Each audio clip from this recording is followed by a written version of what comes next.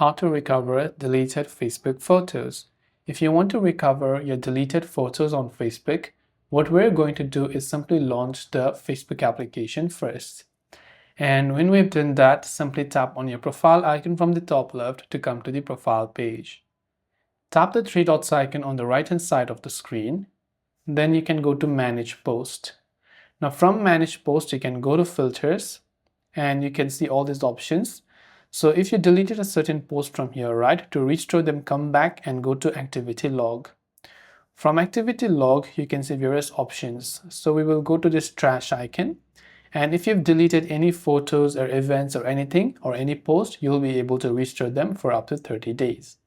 And this is a simple way on how you can go ahead and then basically restore your post or your photos on Facebook if you come to the trash icon and restore them. That's all for this video. Thanks for watching and see you soon in our next video.